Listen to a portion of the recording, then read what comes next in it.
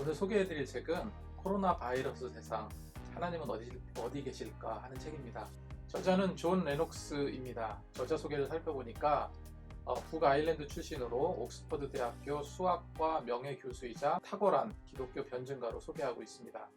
그리고 옥스퍼드 대학 그린 템플던 특별연구원, 그린 템플던 대학 목회 고문이자 위클리프 홈의 특별연구원 이렇게 소개를 하고 있습니다. 복음주의 기독교를 대표하는 지성인으로 적고 있습니다. 저자 양력 중에 눈여겨볼 부분이 있는데 옥스퍼드 대학 시절 C.S. 루이스의 마지막 강의를 들은 바 있다라고 기록하고 있습니다. 그리고 훗날 리처드 도킨슨, 대표적인 무신론자죠.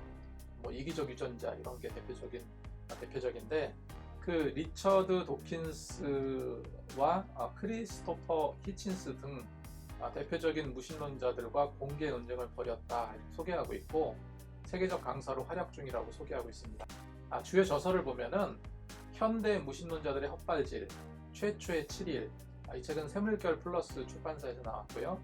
신을 죽이려는 사람들, 드란노에서 나왔습니다. 그리고 빅뱅인가 창조인가, 프리웰 출판사에서 번역되어 나와 있습니다. 어떤 책이든 항상 처음이 중요합니다. 그리고 첫 장이 중요합니다. 지금 이 코로나 상황은요, 무신론자이건 유신론자이건 지금 똑같이 당하고 있는 그런 현실적인 문제입니다. 우리는 지금 눈으로 보이지 않는 바이러스에 의해서 테러를 당하고 있는 셈이죠. 그 황당하고 심각한 정말 어쩔 수 없는 이 상황 속에서 우리는 어떤 생각을 많이 합니까? 정말 신이 있을까? 정말 하나님이 계실까? 있다면 도대체 어디 숨어 계실까? 하는 근본적인 생각을 하기 마련입니다. 두말할 필요는 없지만 저자는 유신론자이시죠. 그리고 탁월한 기독교 변증가이신데 리처드 도킨스 등과 이들 이제 무신론자들과 논쟁을 벌였던 전력을 보아도 지금과 같은 코로나19의 세상 속에 살아도 그럼에도 불구하고 지극히 하나님은 살아 계시고 살아 역사하신다는 사실을 확실히 믿으시는 분이시죠. 그런 그분이 이 책의 출간 의도는 처음 머릿말 부분에 정확히 박혀 있습니다. 바로 이 책은 우리가 현재 겪고 있는 문제에 대한 코로나19이겠죠? 나의 성찰이다 이렇게 기록을 하고 있습니다. 이 책은 90페이지밖에 안 되는 적은 분량이에요. 한두 시간 정도면 충분히 정독할 수 있는 분량인데 제가 이 코로나19와 관련된 기독교 서적 중에서 뭔가 좀 대안을 담은 책이 있지 않겠나 해가지고 찾아보던 중에 이 책을 읽어야 되겠다고 생각이 들었습니다. 일단은 이제 이 책의 분량이 너무 작다 보니까 분량이 좀 적어서 부담감 없이 읽을 수 있겠다라는 생각으로 책을 읽기 시작을 했습니다. 그런데 생각처럼 그렇게 가벼운 책은 아닙니다. 그렇다고 다 읽고 난 후에 뭔가 좀 뿌듯하게 뭔가 얻었다 이런 느낌도 없어요. 코로나에 대해서 알고 그리고 크리스천으로 앞으로 어떻게 살아야 되고 어떻게 이 고난을 극복할까에 대한 명쾌한 답을 얻었다라고 말할 수는 없는 책이라는 거죠. 왜냐하면 제 개인적인 견해이지만요, 이 책의 기독교적인 어떤 처방이라든지 아니면 이제 신앙적인 어떤 코멘트, 성경적인 코멘트가 지극히 원론적이에요.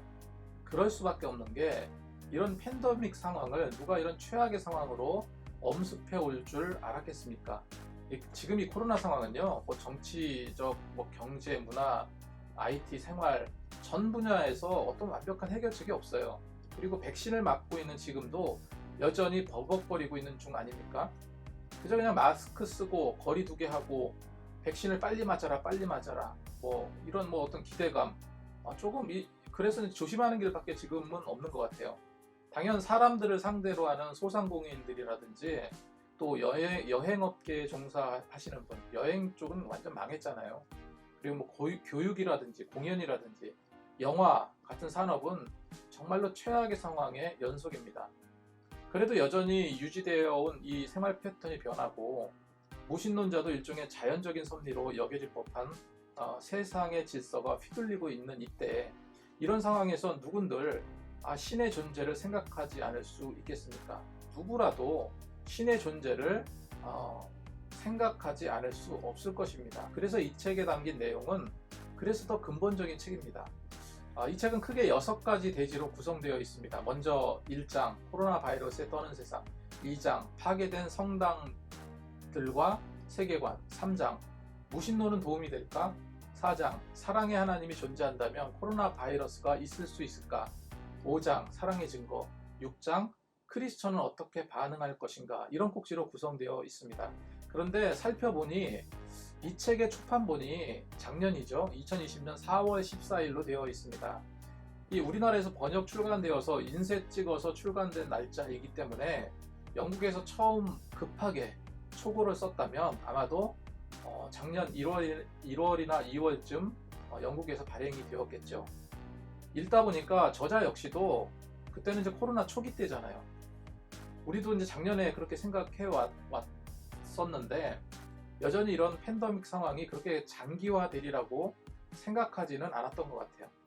초반부에 보건복지부 장관이 코로나 바이러스 팬데믹을 피하기 위해 최대 4개월까지 자가격리 조치를 취할지 모른다, 이런 발표를 했다라고 언급하는 것을 봐서 그렇게 장기화되리라고 생각하지는 않았던 것 같아요. 하지만 거리두기 상황이 벌써 1년 5개월, 6개월이 넘었습니다. 올 연말까지 갈 것 같고 연말을 넘길 수도 있지 않을까, 이런 생각도 하게 됩니다.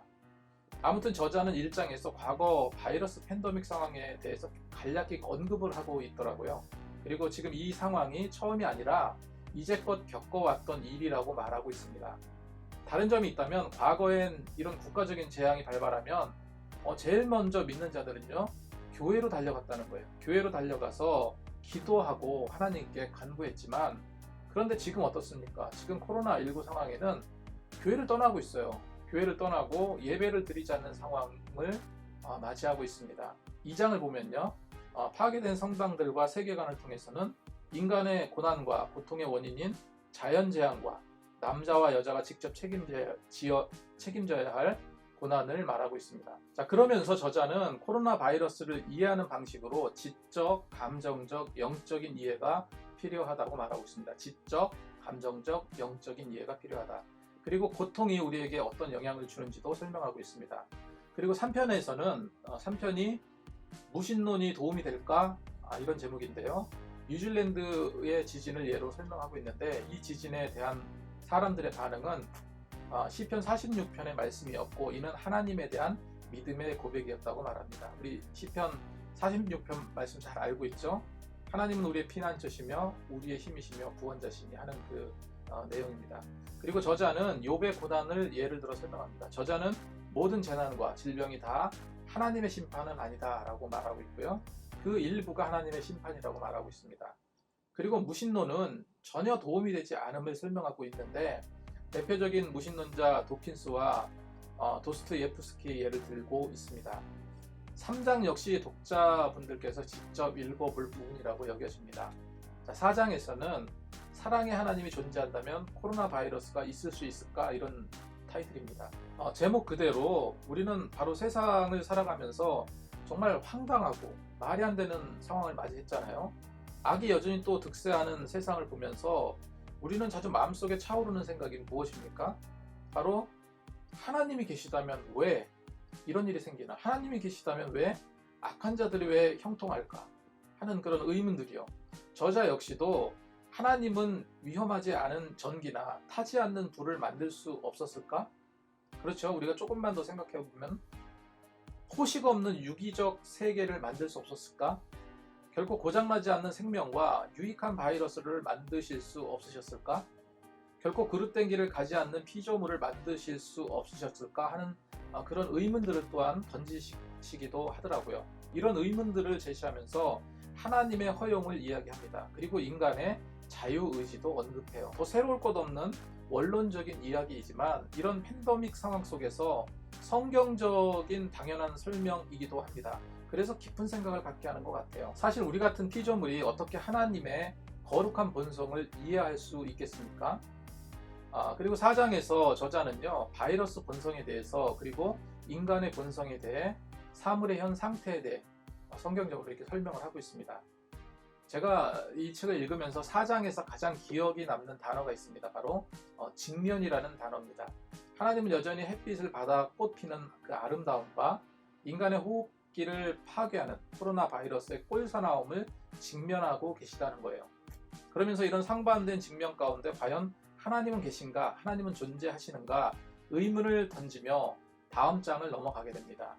자, 그리고 5장은 제목이 이제 사랑의 증거라는 제목인데 우리가 하나님을 신뢰하려 한다면 하나님의 성품이 선하다는 것을 보여주는 확실한 증거가 필요하다 이야기를 합니다. 그러면서 예수님의 성육신과 십자가 사건을 언급하면서 하나님은 인간의 고통과 고난에 동떨어져 계시지 않고 친히 그 고통을 체험하셨음을 말하고 있습니다. 또한 하나님의 계시의 증거로 부활을 이야기합니다. 저자는요, 무신론에 따르면 죽음이 끝이라서 정의가 실현될 수 있는 내생이 없다.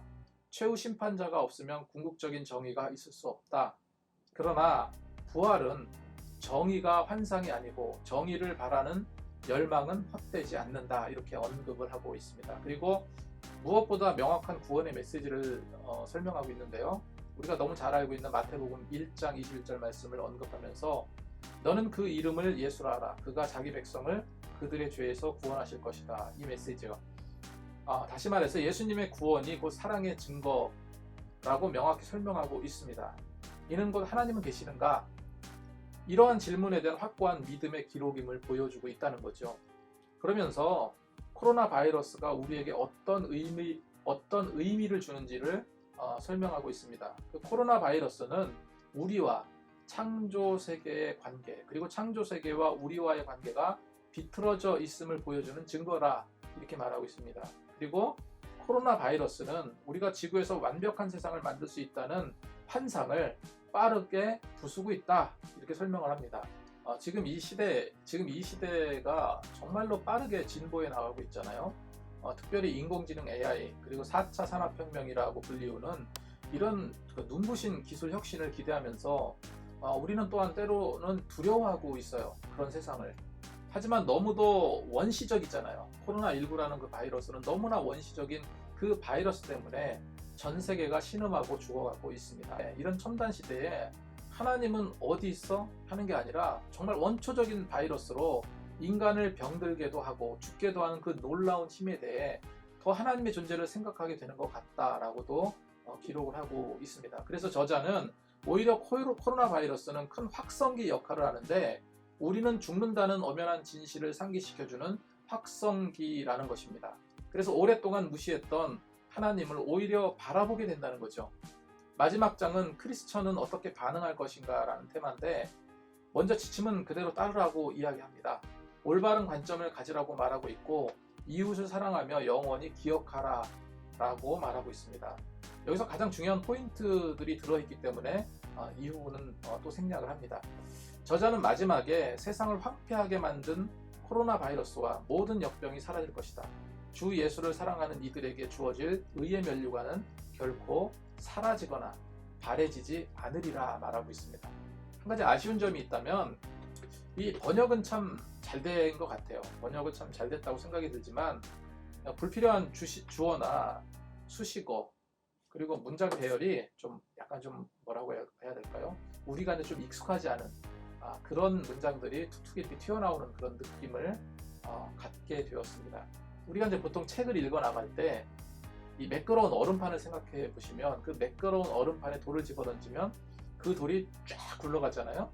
그런 것처럼 문장이 좀 스무스하게 깔끔하게 넘어가면 좋은데 그런 게 조금 덜한 것 같다라는 그런 아쉬움은 조금 있습니다. 아무튼 이 책은 굉장히 작은 분량이지만 유익한 점이 더 많고 충분히 읽을 만한 그런 가치가 있다고 여겨집니다. 그래서 이 책 꼭 한번 읽어보시고 지금 이제 팬데믹 상황, 코로나19 상황 속에서 살아가는 우리 특히 이제 믿는 자로서 어떻게 세상을 살아가고 어떻게 믿음으로 신앙으로 감당해야 될지 한번 생각해보고 반성해보고 하는 그런 시간을 좀 가지셨으면 좋겠습니다. 네, 감사합니다.